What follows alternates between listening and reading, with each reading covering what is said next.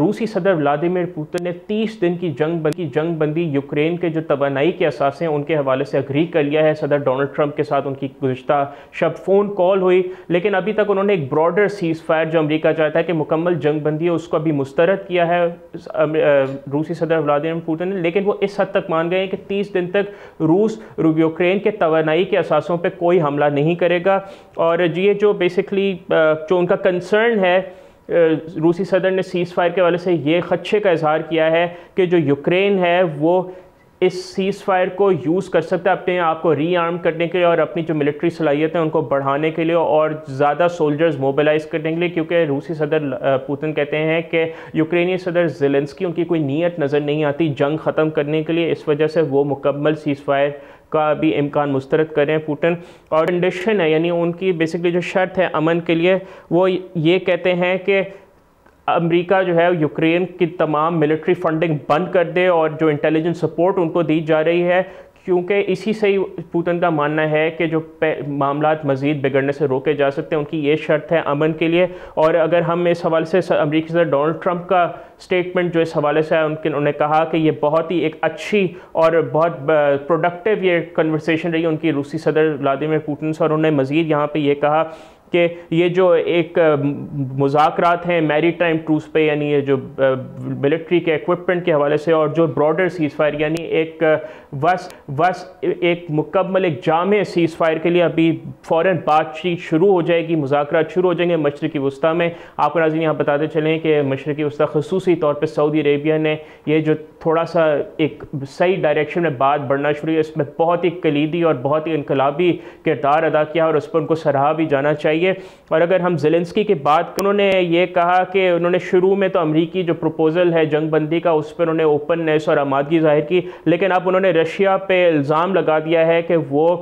इन मुज़ाकरात को बेसिकली मुअत्तल करना चाहते हैं ताकि वो अपने जो हमले हैं यूक्रेन पे उनको रिज्यूम कर सके। और उन्होंने ये भी कहा कि रूस ने कीव जो यूक्रेन का दारुल हुकूमत है उस पर ड्रोन स्ट्राइक्स भी कर रहा है। इस वजह से ज़ेलेंस्की ने कहा कि रूस की अमन के लिए कोई नीयत नज़र नहीं आती। तो जो यूक्रेन का जो एनर्जी इंफ्रास्ट्रक्चर है, यानी जो तवानाई के पावर प्लांट्स हैं, या यूक्रेन में चेर्नोबिल का भी आपको पता होगा जो न्यूक्लियर रिएक्टर प्लांट है, उसने यूक्रेन में काफ़ी ज़्यादा तवानाई का क्राइसिस पैदा कर दिया। बहुत वाइड स्प्रेड पावर आउटरेजेस हैं, वहाँ पे बिजली की फराहमी बहुत हद तक मुअत्तल रही है। और इसके जवाब में यूक्रेन ने भी रूस के जो तेल का इंफ्रास्ट्रक्चर है या ऑयल डिपोज हैं, रिफाइनरीज हैं, उस पर भी हमले बढ़ा दिए हैं। और एक अंदाजे के मुताबिक तकरीबन रूस की जो रिफाइनिंग कैपेसिटी है उस पर 10% का जो है डैमेज उनको पहुंचा है। लेकिन नाज़रीन इन तमाम मामलात को लेकर युग तक अभाम और शकूक व शबहात बरकरार हैं, स्केप्टिसिज्म है। उनको ये खदशा है कि रूस जो है वो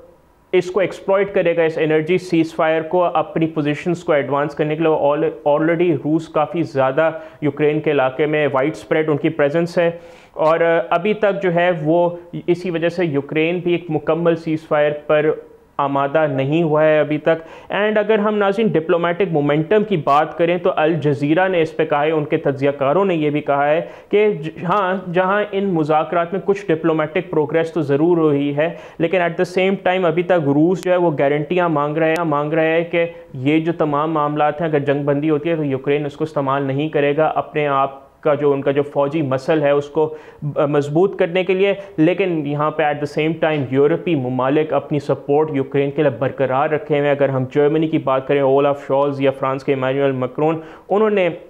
दोबारा से अदा किया है कि उनकी जो कमिटमेंट है यूक्रेन को सपोर्ट करने के लिए